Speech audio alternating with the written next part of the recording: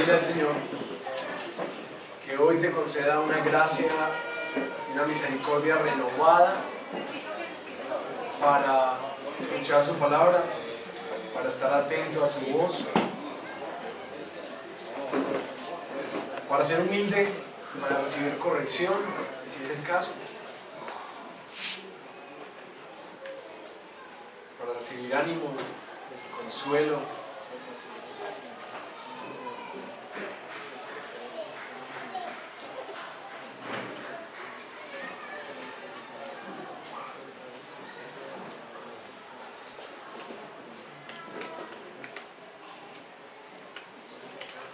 Háblanos, Señor, por favor. Habla, que tu siervo oye. Adereza, Señor, mesa, banquete fresco para nosotros, agua para el sediento esta mañana. Pero sobre todo, Señor, danos esperanza, esperanza en Cristo. Esperanza para los desafíos de hoy, de mañana, para nuestros temores, para nuestros conflictos. Danos esperanza en ti, Señor. Te necesitamos. Aquí estamos, Padre.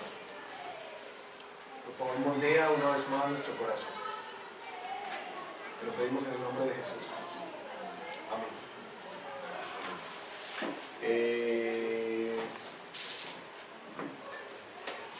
Bueno, buenos días. ¿Cómo están?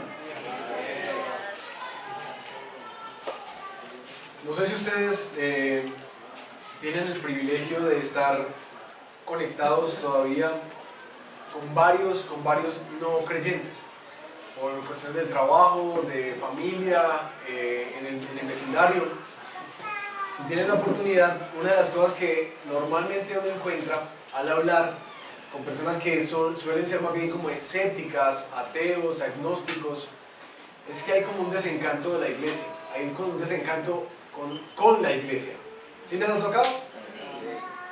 ¿Qué tipo de cosas son las que se critican o que han desencantado al no creyente con respecto a la iglesia?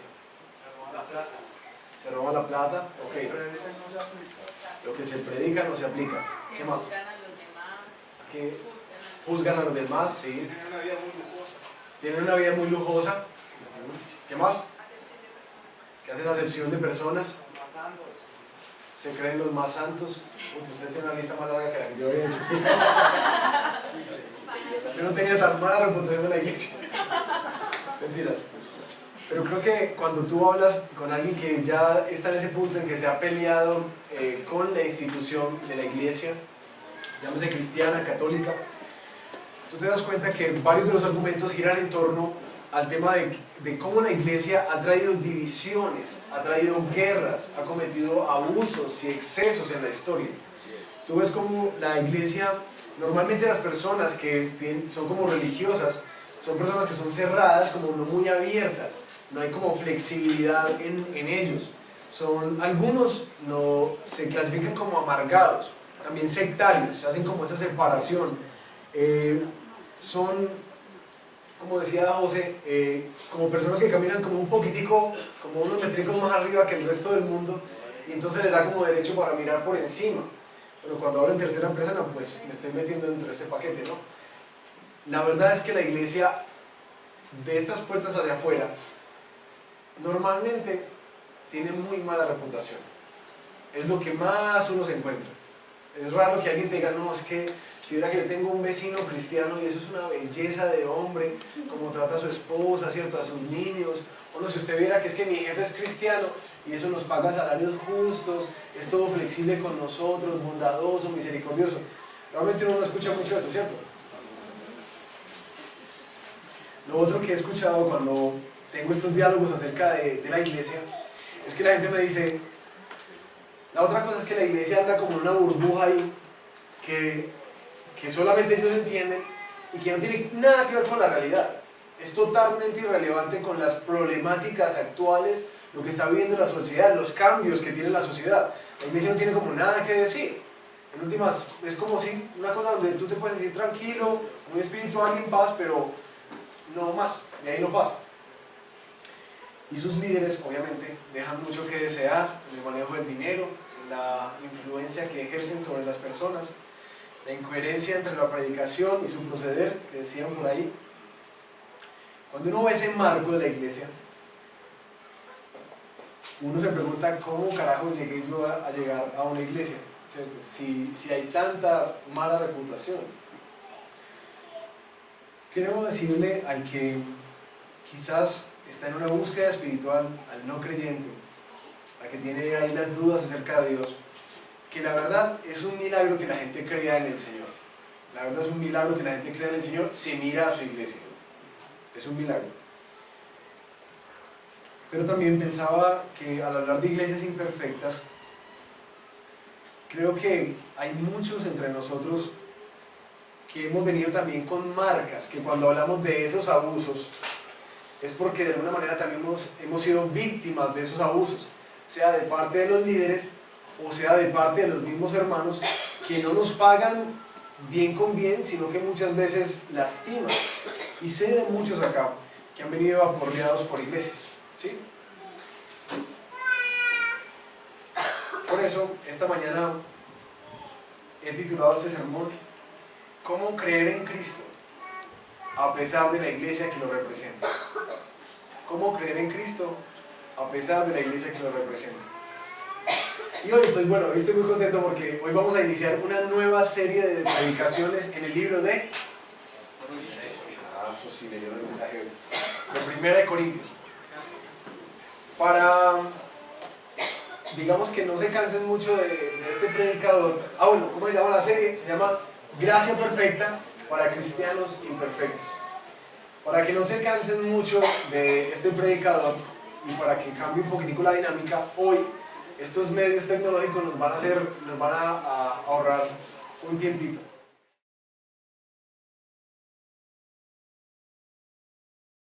La primera carta de Pablo a los Corintios, escrita a la comunidad de una iglesia que Pablo conocía bastante bien.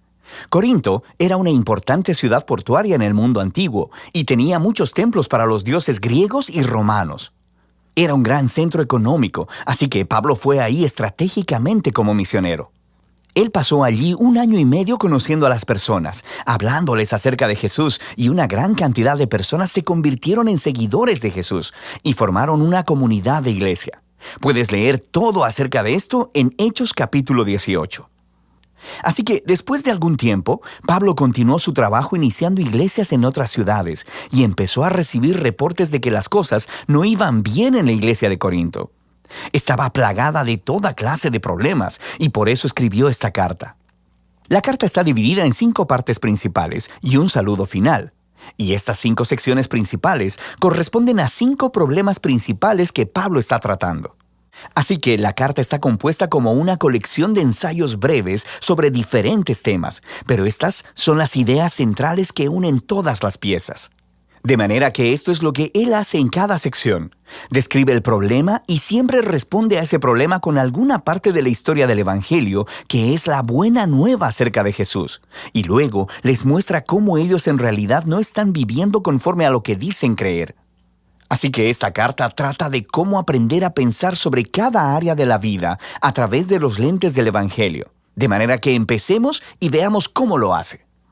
En los capítulos del 1 al 4, el problema es que existen divisiones en la iglesia. Hay algunos otros maestros que han pasado por la ciudad desde que Pablo se fuera. Un hombre llamado Apolos, luego Pedro, los miembros habían elegido a sus maestros favoritos y se habían convertido en fanáticos alrededor de esos líderes, empezando a hablar mal y a faltarle el respeto a los hermanos que favorecían a otro líder o maestro. Así que la respuesta de Pablo a esto es un poco sarcástica y aguda. Él les dice, ustedes deben estar bromeando. La iglesia no es un concurso de popularidad. La iglesia es la comunidad de personas que están centradas en Jesús. Sus líderes y maestros son simplemente siervos de Jesús. Así que, aunque puedes preferir a un líder más que a otro, no vale la pena que se dividan por ello, y con menos razón que hablen mal los unos de los otros. El centro de la iglesia es Jesús, las buenas nuevas sobre quién es Él y sobre lo que Él ha hecho. En los capítulos del 5 al 7, Pablo trata con un problema relacionado al sexo. Había varias personas acostándose con otros en la iglesia. Un hombre con su madrastra y otros todavía adoraban a los dioses griegos en los templos locales, acostándose con las prostitutas que trabajaban ahí. Y no solo eso, sino que había personas en la iglesia que decían que eso estaba bien. Ellos decían, «Hey, somos libres en Cristo, la gracia de Dios no tiene fin», ¿cierto? Entonces no hay problema. Y Pablo dice que sí hay problema. Y con el Evangelio en la mano, les muestra qué tan equivocada está esa forma de pensar. Él les dice, recuerden que primero que nada, Jesús murió por sus pecados, incluyendo la ruina de las relaciones rotas causadas por la inmoralidad sexual. Así que, si eres cristiano, la integridad sexual es una de las principales formas en las que respondemos al amor y a la gracia de Jesús. Pablo también les recuerda que así como Jesús fue físicamente levantado de entre los muertos, nuestros cuerpos también lo serán. Lo que esto significa es que si tu cuerpo está siendo redimido por Jesús, tanto ahora como en el futuro, lo que haces con tu cuerpo sí importa. Importa mucho. Y tu cuerpo no es tuyo para que hagas con él lo que quieras. Pablo está siendo muy claro. Ser un seguidor de Jesús involucra no comprometer tu integridad sexual.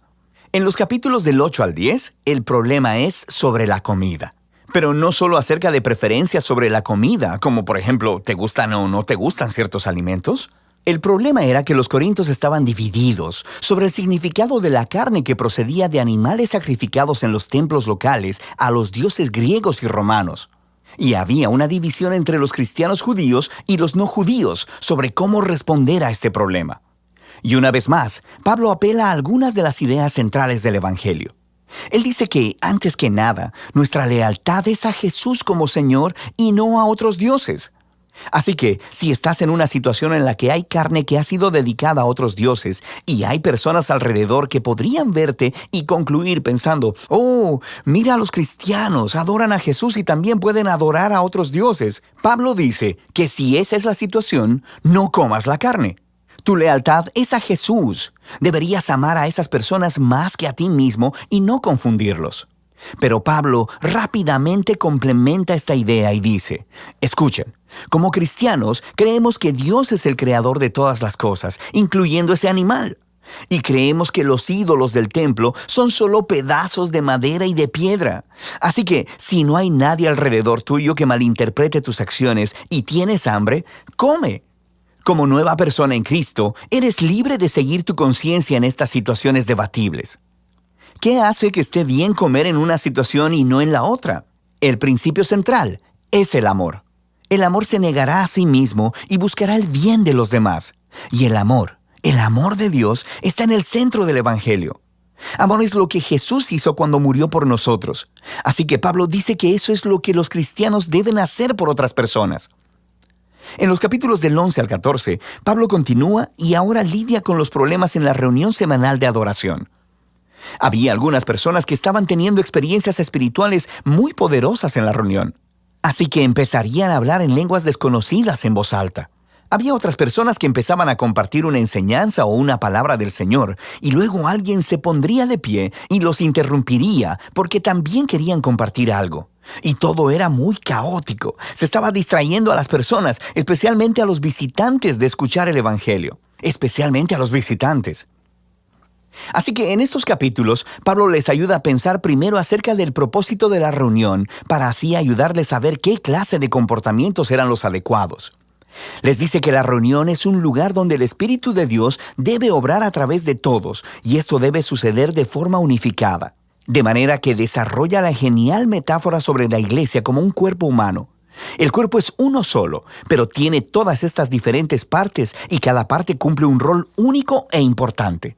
Así que empieza a nombrar una variedad de cosas que el Espíritu hace a través de las diferentes personas, todo para edificación de la iglesia. Esta es una frase clave en estos capítulos. Y Pablo concluye que lo más importante en una reunión debe ser un concepto central del Evangelio, el amor de Dios. El amor es la palabra clave en estos capítulos también. El amor llevará a cada persona en la reunión a cumplir su rol de servir y a buscar el bienestar de los otros. Así que Pablo aplica todo esto a los problemas de los corintios. Algunas personas piensan que el propósito de la reunión en la iglesia es tener experiencias espirituales intensas o tener la oportunidad de decir lo que piensan. Y Pablo dice, escuchen, a mí me encantan las experiencias poderosas de oración, pero si distraen a otras personas o las espantan, yo debería detenerme porque me estoy amando más a mí mismo que a esas personas. La reunión centrada en Jesús debería ser ordenada para que todos puedan aprender, cantar, adorar y escuchar a Dios cuando les hable. El último problema que Pablo aborda es el asunto de la resurrección y de la esperanza futura para los seguidores de Jesús. Había algunas personas en la iglesia que estaban diciendo que la idea de la resurrección es ridícula y no es realmente importante para los cristianos. Y Pablo reacciona fuertemente acerca de esto. Él comienza diciendo que la resurrección es una parte indispensable del Evangelio. Creemos en ella por los cientos de testigos oculares que vieron a Jesús vivo en un cuerpo físico después de haber sido ejecutado públicamente por los romanos. Si Jesús no se levantó de los muertos, dice Pablo, entonces su muerte fue insignificante. Todos estamos todavía perdidos en nuestros pecados y egoísmos, y deberíamos simplemente dejar de ser cristianos. Luego, Pablo muestra en detalle cómo la resurrección fue la victoria de Jesús sobre la muerte y la maldad, y cómo es una fuente de vida y poder para nosotros ahora en el presente, y cómo es una promesa de esperanza futura para todo el mundo. Es debido a la resurrección que tenemos una razón para unirnos alrededor de Jesús. Es la razón por la que tenemos una motivación para la integridad sexual. Es la fuente de poder para amar a otras personas más que a nosotros mismos. Y al final de todo, es nuestra esperanza para la victoria sobre la muerte.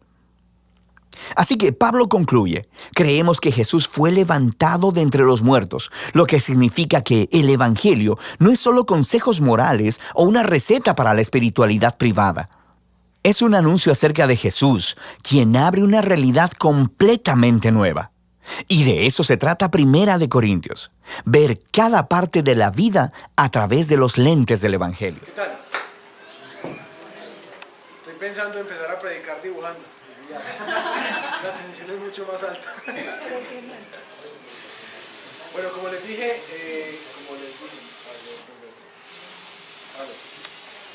dije, ese recurso lo pueden encontrar en YouTube, está totalmente gratis. Ponen Bible Project con J, ya, Bible Project, y ahí aparecen un montón de libros de la Biblia. Ya casi están todos en español traducidos, porque realmente es en inglés el material. Y van a encontrar muchos otros temas que seguro van a hacer que crezcan más en su fe. Bueno, cuando uno ve esta iglesia, ¿cuáles eran los problemas de esa iglesia? Las divisiones. Divisiones, ¿cierto? Los líderes superpoderosos y el sectarismo que estaba haciendo dentro de la iglesia. ¿Qué más? Libertinaje sexual. La religiosidad, con ese tema de las comidas, como que eso fue para los ídolos o no, estaba dividiendo la iglesia. Había excesos en el uso de los dones espirituales, que se estaban haciendo como un desorden ahí en medio de las reuniones. Y la última, el tema de la incredulidad en la resurrección.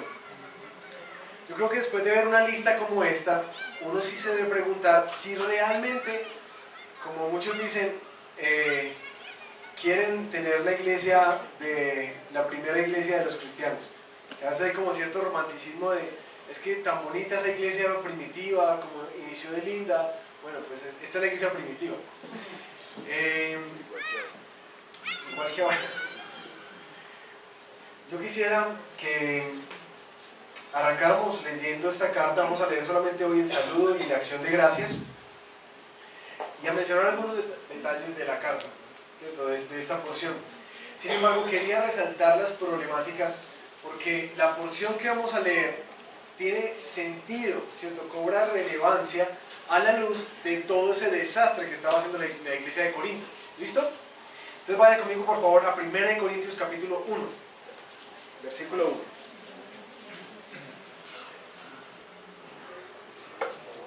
Pablo, llamado por la voluntad de Dios a ser apóstol de Cristo Jesús, y nuestro hermano Sóstenes. Ahí hablan de más o menos quiénes eran, y Pablo ratifica este tema de que él ha sido llamado como apóstol por la voluntad de Dios, porque más adelante se van a dar cuenta que esta iglesia empieza a despreciar a Pablo, como que usted es como tímido para hablar, usted como que no habla tan bien, usted como que no predica tan bien como otros. Y Sóstenes, un principal de la sinagoga, que fue apaleado cuando Pablo inició la iglesia en Corinto. Versículo 2. A la iglesia de Dios que está en Corinto, a los que han sido santificados en Cristo Jesús y llamados a ser su santo pueblo, junto con todos los que en todas partes invocan el nombre de nuestro Señor Jesucristo, Señor de ellos y de nosotros, la Iglesia Universal. Que Dios nuestro Padre y el Señor Jesucristo les concedan gracia y paz. Versículo 4. Siempre doy gracias a Dios por ustedes, pues Él, en Cristo Jesús, les ha dado su gracia. Unidos a Cristo, ustedes se han llenado de toda riqueza, tanto de palabra como en conocimiento. Así, se ha confirmado en ustedes nuestro testimonio acerca de Cristo. De modo que no les falta ningún don espiritual, mientras esperan con ansias que se manifieste nuestro Señor Jesucristo. Él los mantendrá firmes hasta el fin, para que sean irreprochables en el día de nuestro Señor Jesucristo. Fiel es Dios, quien los ha llamado a tener comunión con su Hijo Jesucristo, nuestro Señor. Cierto que al leer la carta uno dice, esta no puede ser la carta para esta iglesia. Es decir, esto está alabando una gente que tiene muchos dones, muchos talentos, en los cuales han sido unidos a Cristo, que la gracia de Dios se ha derramado sobre ellos en abundancia. Y uno dice, si veo las problemáticas de la iglesia, parece que es disonante, ¿no? Bueno, la verdad es que así somos, así somos. Y esta iglesia de Corinto, gracias al Señor, que dejó este texto para guiarnos a nosotros y ayudarnos a entender que hay una gracia suficiente para creyentes imperfectos como nosotros. Hoy vamos a meternos en esa pregunta que les dije: ¿cómo creer en Cristo a pesar de la iglesia que lo representa? Y vamos a ver hoy 3 razones para amar a la iglesia del Señor Jesucristo. 3 razones de este texto que nos invitan a amar la iglesia que Él dejó así, tal cual la describe Corinto, la primera carta de los Corintios. Primero, la iglesia, la primera razón para amar la iglesia es que la iglesia ha sido separada para Él. La iglesia le pertenece a Dios. Si ustedes han tenido esos diálogos incómodos acerca de religión, se han dado cuenta que muchas personas han llegado a esta conclusión: la iglesia es simplemente una institución que ha sido establecida ¿para qué? Para gobernar, para el no creyente. ¿Qué piensa de la iglesia? La iglesia es una institución que ha sido utilizada ¿para qué? Humana, para manipular. La iglesia es una creación humana para manipular a las personas, ¿cierto? Es el opio del pueblo, como decía Marx. La iglesia se concibe hoy en día como eso, como una institución, realmente una institución de origen humano. Alguien se inventó todo este cuento y manipuló un montón de masas. Sin embargo, este texto lo que nos ayuda a recordar es que la iglesia es de Dios. Dice el versículo 2: esta carta ha sido escrita a la iglesia de Dios, a esos que han sido llamados a ser su santo pueblo. La iglesia es de Dios. Dios es el dueño de este pueblo. Y la iglesia ha sido llamada no solamente a ser un pueblo de Dios, sino un pueblo que ha sido separado para Él. Santo, eso es lo que significa esa palabra. Esto tiene dos connotaciones importantes para nosotros hoy. Primero, la voz de autoridad. Para cualquier cosa que rija la religión y la iglesia del Señor, tiene que estar sustentada en la palabra de Dios, porque Él es la autoridad. ¿Y por qué es importante eso? Yo creo que todos tenemos eso claro. Sin embargo, es importante porque muchas de las decisiones que a veces se toman en la iglesia y en la vida cotidiana del creyente tienen que ver de pronto con experiencias o sentires particulares, de lo que yo sentí que tengo que hacer, o de lo que yo creo que el Señor me movió a hacer, pero que no son cosas que han sido filtradas por la palabra del Señor. Por un lado. 2, porque esto nos preserva de los líderes abusivos que quieren utilizar la palabra del Señor para manipular y pedir cosas que no son, como por ejemplo que siembres con fe y que des más, porque Dios te va a multiplicar esas cosas. El tener claro que la autoridad máxima de la iglesia es Dios y es su palabra, nos preserva de eso. Pero también, yo no sé si ustedes saben, cuál es una de las diferencias que existe entre la iglesia católica y la iglesia cristiana. Y no tiene que ver con la Virgen María. Tiene que ver con la autoridad para la iglesia. ¿Cuál es la máxima autoridad de la iglesia católica? El Papa, ¿sí? El Papa tiene el poder de determinar los lineamientos de la iglesia católica. Porque para la iglesia de tradición, el Papa está por encima de las escrituras.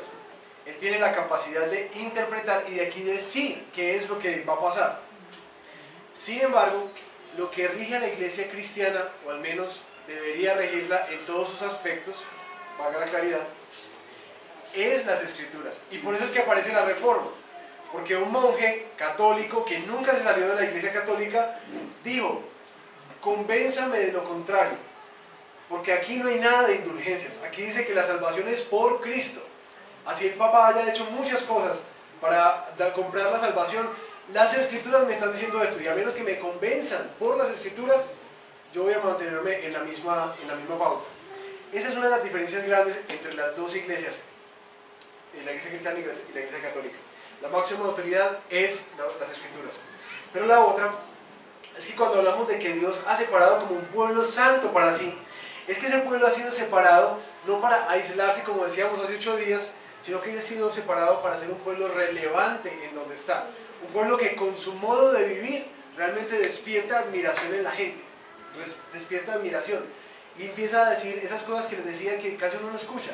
Oíste, mi vecino es creyente, pero si vieras qué bonito cómo se ha comportado con nosotros y con nuestra familia, o en la empresa, o en el trabajo, o en diferentes escenarios.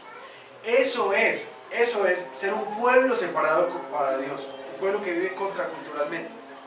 Por eso la primera razón que les digo hoy para amar a la iglesia es que tú puedes amar a la iglesia del Señor, porque la iglesia es una idea suya, eso no se lo inventó ningún ser humano.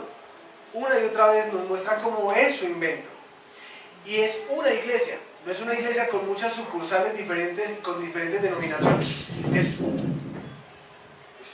Es una sola iglesia, que un día el Señor vendrá por ella. No va a venir por los bautistas, ni por los metodistas, ni por los católicos. Va a venir por una iglesia que se caracterizará por el lugar donde ha puesto su fe para su salvación. Si la pusiste en tus obras te regirán. Si la pusiste en Cristo, Cristo abogará por ti. Puedes amar la iglesia porque es una iglesia de Dios. Es una idea de Dios. Es desordenada y tenemos que aceptarlo. La iglesia es un desastre. Es decir, hay demasiadas cosas caóticas dentro de ella. Demasiadas. Tanto que da vergüenza admitir eso. Demasiadas. Sin embargo, la iglesia, a pesar de la impresión que nos da a nosotros hoy en día, tanto adentro como afuera, del desorden, de los abusos, de los excesos, del caos, aún así, Dios dice que Él está teniendo control sobre su iglesia. Yo no sé si tú sabes qué es un fractal. Fractal. Un fractal, bueno, eso tiene varias definiciones, pero en la naturaleza hay unas cosas que se llaman fractales. Los fractales son esas formaciones que parecen un desorden, pero cuando lo miras milimétricamente tienen un orden, una coherencia, pero de lejos es todo un caos. La iglesia es un fractal. Para nosotros de a pie es un caos, totalmente un caos. Para donde mires, en la iglesia católica, en la iglesia cristiana, es un caos. Sin embargo, en las escrituras nos dicen que es un fractal, que Dios está ordenando todo ese caos, que va a terminar muy bien, que va a terminar en glorificación, ¿vale? Entonces podemos amar a la iglesia porque la iglesia sí es una idea de Dios y Él es el que la lleva adelante con un orden que tú y yo quizás no entendemos, pero que al final de los tiempos comprenderemos. La segunda razón por la cual podemos amar una iglesia como esta iglesia del Señor es que la iglesia ha sido dotada para otros. La iglesia de Dios ha sido dotada con muchos dones para servir a otros. Y llama la atención que Pablo, de este caos de iglesia, les dice que ustedes han sido enriquecidos. De hecho, tanto así que dice que no les falta ningún don, ninguno, que están completicos, tienen el paquete completo, en combo, les llegó la bendición. Todos los dones están en esa iglesia. Y esto, digamos que nos mete en dos realidades a pensar. Primero, es que la iglesia del Señor, sí es un lugar donde el Espíritu Santo capacita y transforma nuestra vida para que nuestra vida la aprendamos a vivir para otros. Dios te une a su iglesia y te da dones y talentos y capacidades para que los uses para el beneficio y el servicio de otras personas. Esta riqueza que se nos ha aportado es para el beneficio de los demás. Sin embargo, esta iglesia en Corinto empezó a utilizar todos esos dones, porque particularmente fíjense en cuáles son los dones que dicen que han tenido. Versículo 5. Ustedes se han llenado de toda riqueza, tanto en palabra como en conocimiento. Parece que la sabiduría de esta iglesia había subido mucho. Y en Corinto había unos campeonatos que hacían cada 2 años sobre, ¿cómo es que se llama esto? Se me fue la palabra. Oratoria. Lo que miraban era la capacidad que tenían las personas de articular y de hablar de cualquier tema, el conocimiento que tenían. Y por eso Pablo exalta de alguna manera que el Señor ha traído también, junto con su salvación, esa capacidad como de articular cosas. Ha traído ¿cómo se dice, David? Capacidad de hablar, oratoria, elocuencia, gracias. Elocuencia, que Dios ha traído esa capacidad de palabra. Sin embargo, estos corintios habían estado utilizando estas herramientas dadas por Dios, ¿para qué? Para las competencias que se llevaban a cabo en Corinto. No tenían nada que ver con hablar la sabiduría de Dios, sino que las habían utilizado para su propia gloria. Y en Corinto el tema del estatus era muy importante. Por eso el tema de la sabiduría que habla Pablo aquí es relevante, porque tiene que ver con lo que le importaba a la cultura. Ahora, estos dones han sido mal utilizados para vanagloriarse. Sin embargo, Pablo va a aclarar más adelante en la carta, en el capítulo 12, a cada uno se le ha dado una manifestación especial del Espíritu para el bien de los demás. Para el bien de los demás. Así que, por contradictorio que suene, los dones que esta iglesia estaba experimentando entre ellos, que se estaban volviendo un desorden, a pesar de ser un desorden, eran la manifestación de que el Espíritu de Dios estaba ahí. Y creo que nosotros en este punto tenemos que dar pasos hacia atrás un poco y ser conservadores a la hora de evaluar las iglesias cristianas en nuestra ciudad, sobre todo los movimientos más carismáticos, porque muchas veces esos hermanos nos llevan años en el desarrollo de dones, y quizás, como decía un comentarista, quizás podemos pecar más por la ausencia de dones que por la mala manifestación de ellos. ¿Me hago entender con lo que dije? Por la ausencia de dones y por la mala. A veces pecamos más por la ausencia de dones que poseemos como iglesia que lo que pecan ellos por la mala utilización de los dones que tienen, de revelación, de profecía, de sueños. Ahora, creo que los dones en la iglesia cristiana de hoy son como un computador que le regalaron a Dani en estos días, como con 1000 juegos. Tenía diferentes configuraciones con 1000 juegos, pero la niña tiene 3 años. Lo único que hace es hundir un botón que le repite las mismas cosas todo el tiempo. Y yo, muñeca, pero mira que esto hace esto, y esto hace aquello, y esto puede hacer también esto otro. Pero ella solamente hunde su botón, prender y apagar, prender y apagar. Y yo, muñeca, puedes hacer otra cosa más. Creo que Dios da un paquete de dones tan impresionante a la iglesia que a veces nosotros realmente no sabemos cómo utilizar.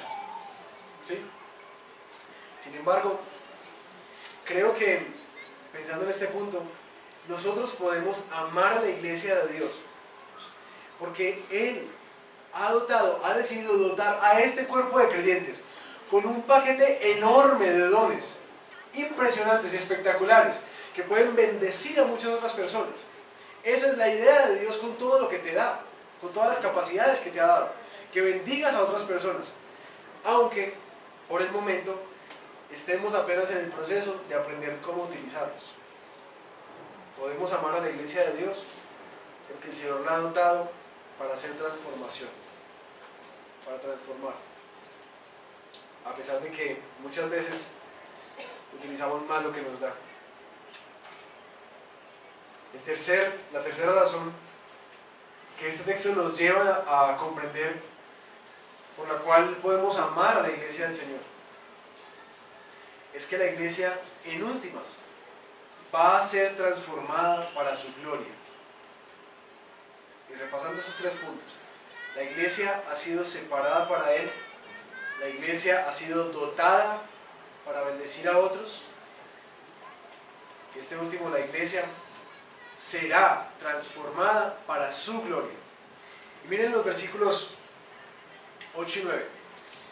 Él los mantendrá firmes. ¿A quiénes? ¿A quiénes mantendrá firmes? A la iglesia. Les mantendrá firmes hasta el fin, para que sean irreprochables en el día de nuestro Señor Jesucristo. Y escuchen esto: fiel es Dios, quien los ha llamado a tener comunión con su Hijo Jesucristo, nuestro Señor. Les he contado en otras ocasiones que me encanta una camiseta que vi, no sé dónde la puedo conseguir, que era una señal de construcción, una señal así grande, y decía, disculpe las molestias, Dios aún sigue trabajando en mí. Me encanta esa camiseta, no sé dónde la puedo conseguir. Yo creo que la iglesia necesita poner ese letrero en todas partes donde pone su nombre. Recordar que Dios sigue trabajando, que la iglesia no es un producto terminado, sino que es un producto en proceso.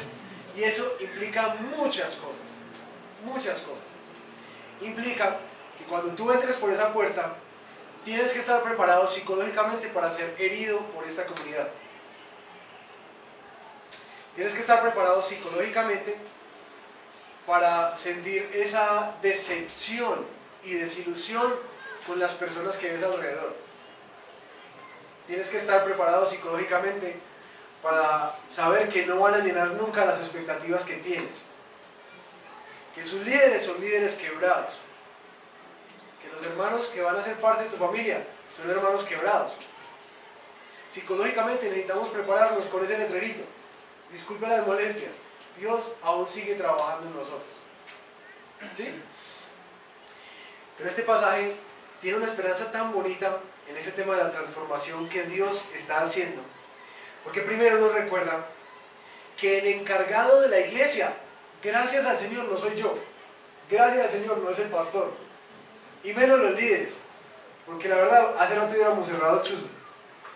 Gracias al Señor, porque hace rato hubiéramos tirado la toalla. Este servidor hace mucho rato hubiera tirado la toalla en muchos años atrás.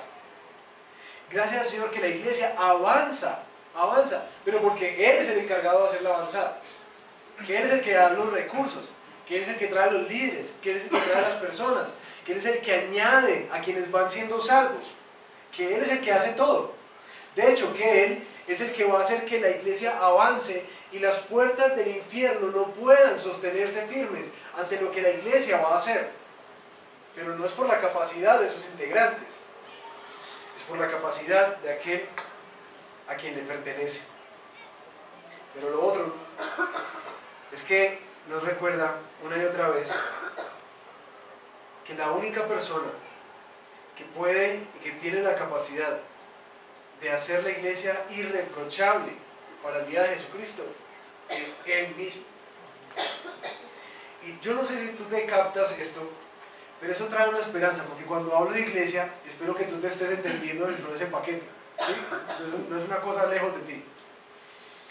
Eso trae una esperanza a este texto, porque dice que Él, fiel es Dios, Él es el que va a hacernos irreprochables para el día de nuestro Señor Jesucristo. Eso habla de un proceso, pero de un proceso que está siendo llevado a cabo en tu vida. Imagínate eso. Yo no sé con cuántos pecados vienes hoy en la cabeza. Yo no sé cuál es la condición espiritual en la que estás hoy. Cómo estás lidiando con la culpa de tus desaciertos, de tus desobediencias, de tus rebeldías. Cómo estás luchando con las tentaciones de tu corazón. Pero lo que nos está diciendo este texto es que tú y yo tenemos esperanza. Porque sabes que Dios, que comenzó esa obra en nosotros un día, que nos llamó por allá del Pango, Él mismo va a terminar ese proceso. Hasta ¿sabes qué? Hasta que un día vas a ser completamente irreprochable delante de Dios. Completamente irreprochable. Y le compartía en estos días a algunos cuánta esperanza traía ese texto para mis propios quebrantamientos. Porque como les he dicho, el que tienen aquí enfrente tiene todavía una lista de pecados por delante que lo avergüenzan. Que lo avergüenzan. Pero me encontré con un texto en Hebreos capítulo 10, versículo 14, que dice: con un sacrificio ha hecho perfectos, Dios ha hecho perfectos para siempre a los que está santificando. Y mira, eso me quebró a mí. ¿Qué es ese misterio? Que hoy, así como tú estás y como yo estoy, si estás en Cristo, has sido declarado perfecto, sin tacha, sin mancha, sin deuda delante de Dios. Pero ¿cómo así? Si usted viera todo lo que yo he dicho esta hermano. Si estás en Cristo, si tu fe ha sido puesta en Él, dice que te ha hecho perfecto para siempre. Eso no cambia, no varía. Sin embargo, dice ese mismo texto que ha hecho perfectos para siempre a los que está santificando. Día a día. Día a día. Dios está santificándote, separándote para Él, haciendo que cada día reflejes más a Jesús en tu vida. Día a día. Y lo más maravilloso y lo más esperanzador para mí, y que oro que lo sea para ti, es que es un proceso que Dios está llevando a cabo. Te lo repito. Es un proceso que Dios está llevando a cabo, a pesar de tus subidas y tus bajadas. Dios lo está llevando a cabo y Él lo va a terminar. Como dice este texto, hasta que seamos irreprochables. Irreprochables. Por eso podemos amar a la iglesia, porque sabemos que el desastre que a veces somos o que solemos ser nos da cuenta que tenemos un poderoso Salvador. La amamos la iglesia del Señor, porque en última sabemos que la obra es de Él. La obra, el resultado y la gloria será para Él. Dice Efesios 5, 25 y 28.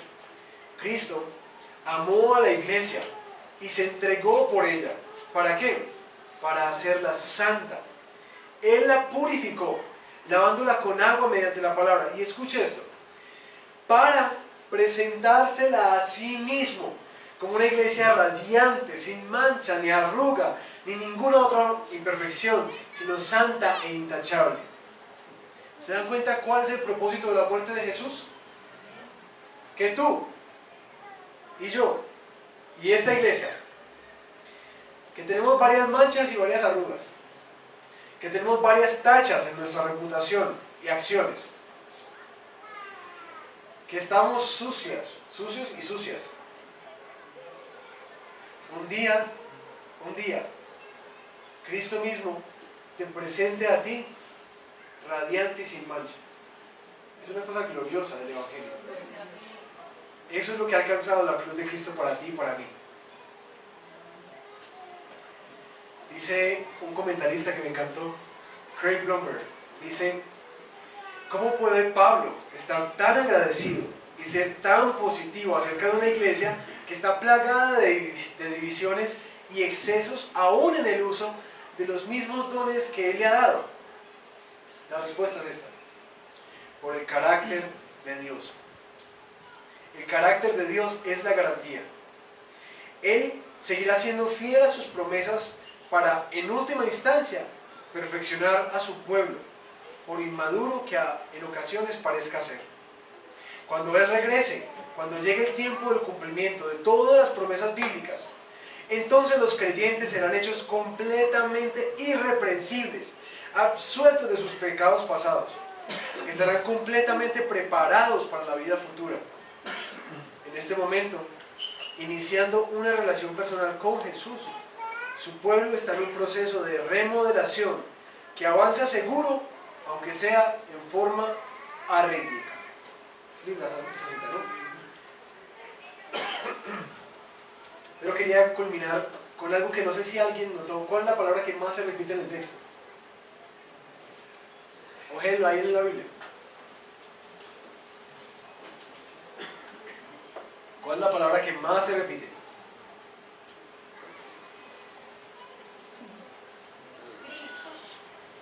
Exacto. En 9 versículos, 11 veces se repite la palabra Cristo o Jesús. Cristo o Jesús. Y Pablo les está diciendo, versículo 4, siempre doy gracias, pues Dios en Cristo les ha concedido su gracia. Versículo 5, unidos a Cristo, ustedes se han enriquecido. Versículo 9, ustedes han sido llamados a tener comunión con su Hijo Jesucristo. Por eso, no quisiera terminar este texto sin abordar esa pregunta. ¿Qué significa estar en Cristo?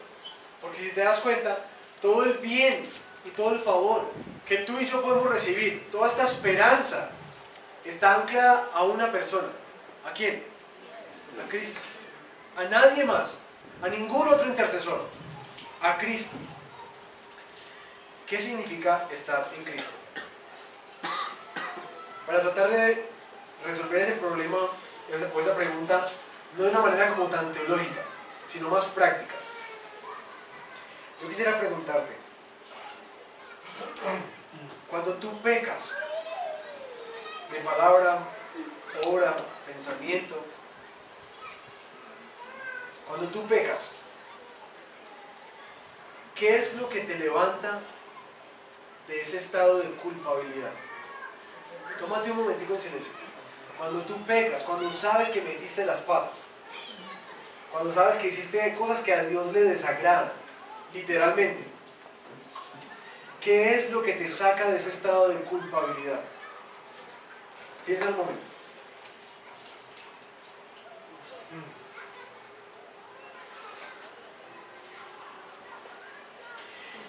Y esta pregunta es vital para ti y para mí hoy, porque es un eje vertical, una columna, es la columna de nuestra fe.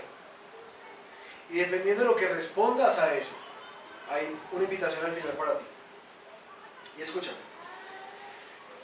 eso que te ayuda a librar la culpabilidad en tu vida, eso es tu Salvador. Si tu respuesta es, no, pues yo lo que hago, lo primero es pues orar y pedirle al Señor pues que me ayude y comprometerme a que voy a cambiar. Eso quiere decir que tú estás depositando tu salvación y tu esperanza de transformación en ti mismo. En ti mismo. Tú crees que puedes perfeccionarte. Tú crees que puedes hacerte más santo en tus propias fuerzas. Y ahí está tu Salvador. Si tú dices, no, pues yo la culpa me dura muchos días, yo no hago sino como latigarme una y otra vez por todos los errores que hago, hasta que siento que hago algo bueno y ya salgo de ahí. La misma cosa. Las obras son la salvación entonces de tu vida. Si tú dices, no, es que yo cuando estoy ahí, lo primero que hago es tratar de hacer como una buena obra que me compense. ¿Sí me entiendes? Si metí las patas aquí, hago otra cosa como que sea más o menos buena, voy a servir más, voy a llegar más temprano a la iglesia, me voy a vincular en un grupo de oración, algo que me saque de este estado de culpabilidad.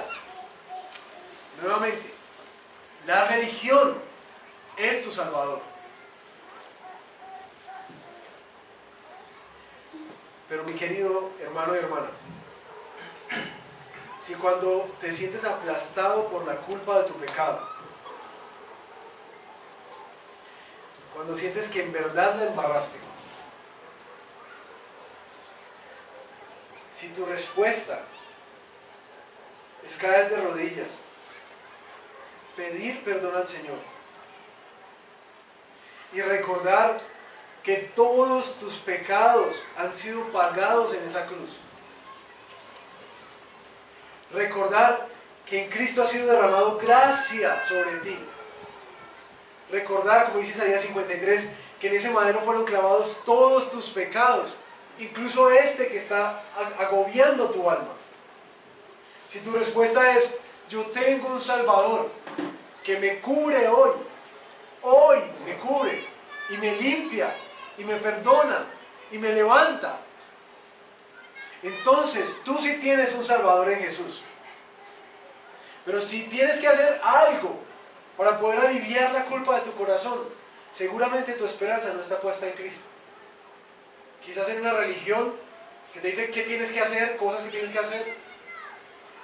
Quizás estás haciendo matemáticas celestiales, ¿cierto? El que peca y reza, empata.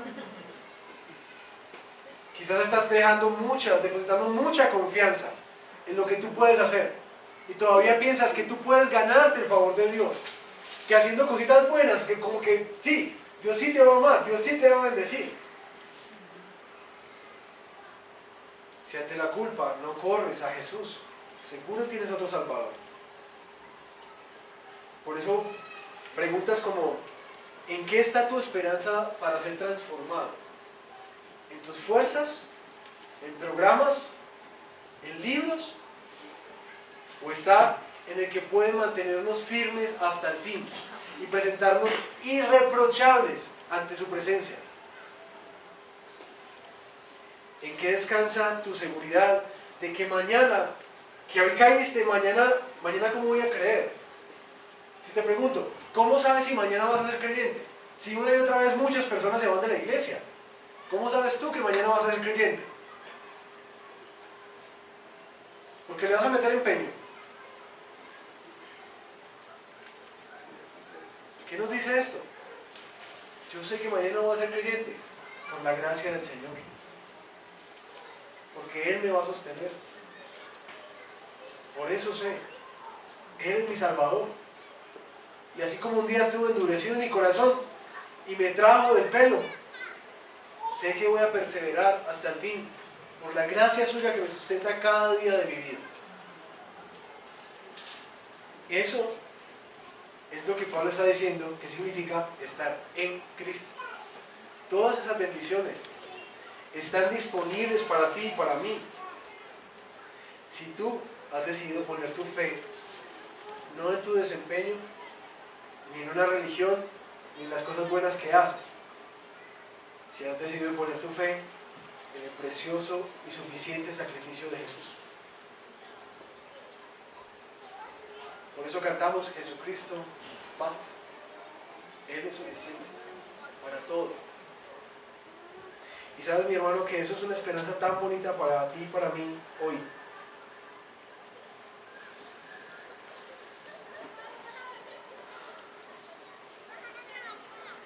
Pensando en que esto tiene implicaciones en cómo enfrentas, por ejemplo, el futuro, los temores que vienen cuando estás sin trabajo, cuando las finanzas no alcanzan. Porque ¿sabes por qué es poderoso este pensamiento de estar en Cristo? Porque sabes que tu vida le pertenece a Él. En últimas, que yo consiga un trabajo o no mañana no depende de mi comportamiento, depende de la gracia de mi Señor. Él sabe de qué tengo necesidad. Él me va a surtir. Yo no estoy abandonado al azar de la vida. Tengo un Salvador. Y ese es el poder del Evangelio. Que si Cristo ya dio todo, si Dios ya dio todo ahí, ¿cuánto más no nos dará todas las cosas?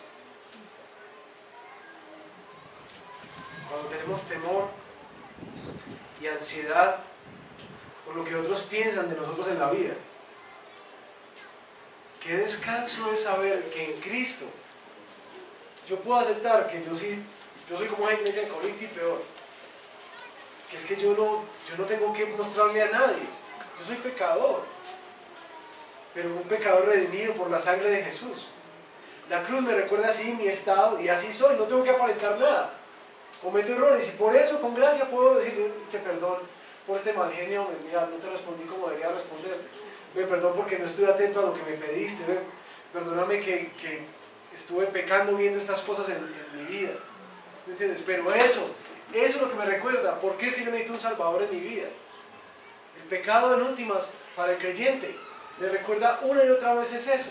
¿Por qué es que necesitas a Jesús todos los días? No un momento en la oración de fe, no, todos los días de tu vida. Pero también en las relaciones interpersonales. Recordar quiénes somos, qué es lo que Dios ha hecho en Cristo por nosotros. Nos da la gracia de vivir dando y entregando de la misma compasión, de la misma misericordia, de la misma gracia con que hemos sido perdonados y rescatados por Él. No hay pecado entonces suficientemente grande para nosotros o contra nosotros que no pueda ser cubierto por el desbordante amor y misericordia que Dios ha tenido sobre nuestros pecados. Eso, mis hermanos, eso se articula en tu corazón y en tu mente, al revés, en tu mente y en tu corazón, cuando estás en Cristo. Por eso esta mañana yo quisiera invitarte, vamos a cantar una canción, pero quisiera invitarte a orar. Si hoy descubriste que tu fe para la salvación, para recibir la bendición, la aprobación de Dios Padre, si tu fe descansa en cosas, siempre vas a vivir esclavizado de hacer más. Nunca va a ser suficiente. Y cuando sientas que eso es suficiente, te has estado engañando a ti mismo. Si tu fe te has dado cuenta que descansa en una religión, en qué iglesia tengo que estar, en cuál es el libro que tengo que leer, en qué cosas son las correctas que tengo que hacer, y no has estado en Cristo, mi hermano, vas a tender a ser un fariseo, que si logras de pronto ese estándar, vas a empezar a juzgar a otros duros, porque no son como tú, y vas a despreciar esa salvación que es por gracia, porque no la mereces.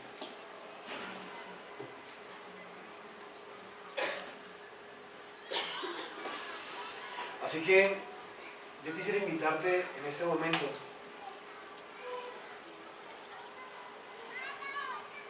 que vengas y descanses en Jesús. Él es suficiente. Él es suficiente. Y lo que tienes que hacer para la culpa que te aqueja, para esa frustración que sientes porque no cambia tu carácter, porque no cambia todavía tu forma de pensar, tus sueños, parecen todavía como tan mundanos, como tan afincados en deseos carnales y no en Jesús. Ven a tu Salvador. Él es el que puede hacerte irreprochable. Él es el que va a hacer la transformación en tu vida. Lo único que necesitas hacer hoy es rendirte de corazón a Él. Si hay áreas en tu vida que sientes que no están siendo transformadas y cambiando, ríndete a Él. Deja de estar peleando en tus propias fuerzas.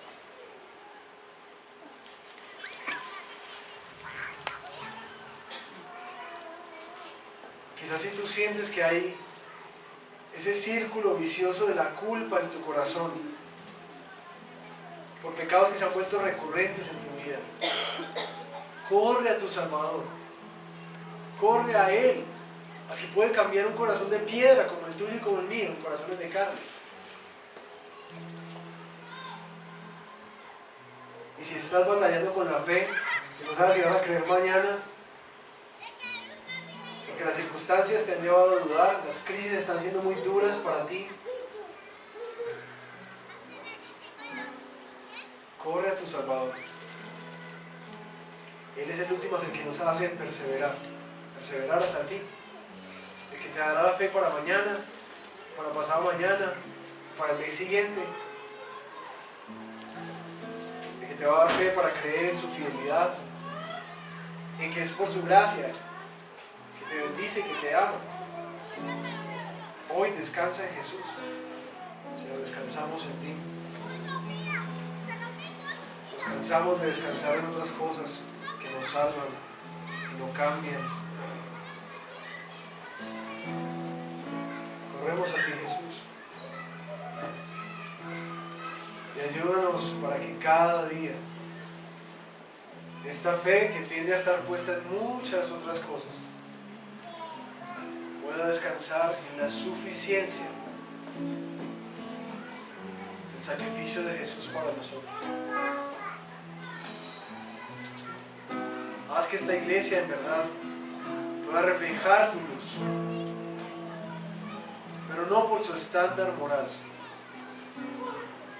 sino porque brilla con el Evangelio.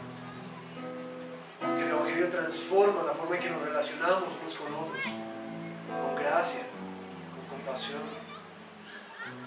Que el Evangelio transforma las cosas en que buscamos la gloria, que no son títulos, ni dinero, ni estatus, ni sabiduría humana, sino que nuestra gloria es Cristo.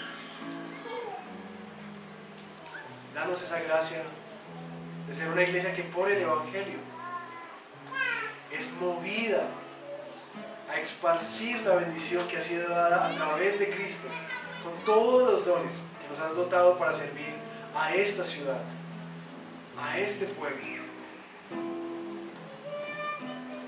Aguardamos en ti. Y la esperanza por una iglesia imperfecta como la de Corinto y como el redil de Belén, hoy afirmamos que está en Jesús. Tú lo harás, porque tú eres fiel. En el nombre de Jesús. Amén. Amén. Mis hermanos, que el Señor les dé la gracia de cada vez más descansar en ese precioso Salvador que es Jesús para ti y para mí. Amén. Que el Señor los bendiga.